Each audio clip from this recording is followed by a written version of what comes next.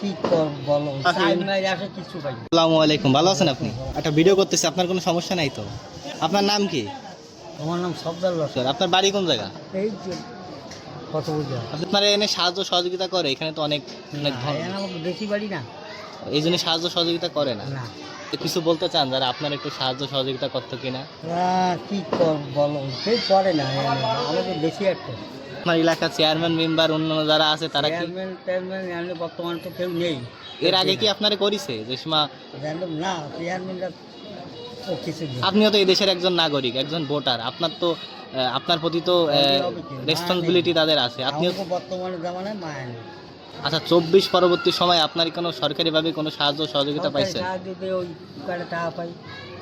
এছাড়া আপনি পান না? এই যে এত এত কিছু আছে, টাইম নাই আসে কিছু পাই। কিছু দেয় না?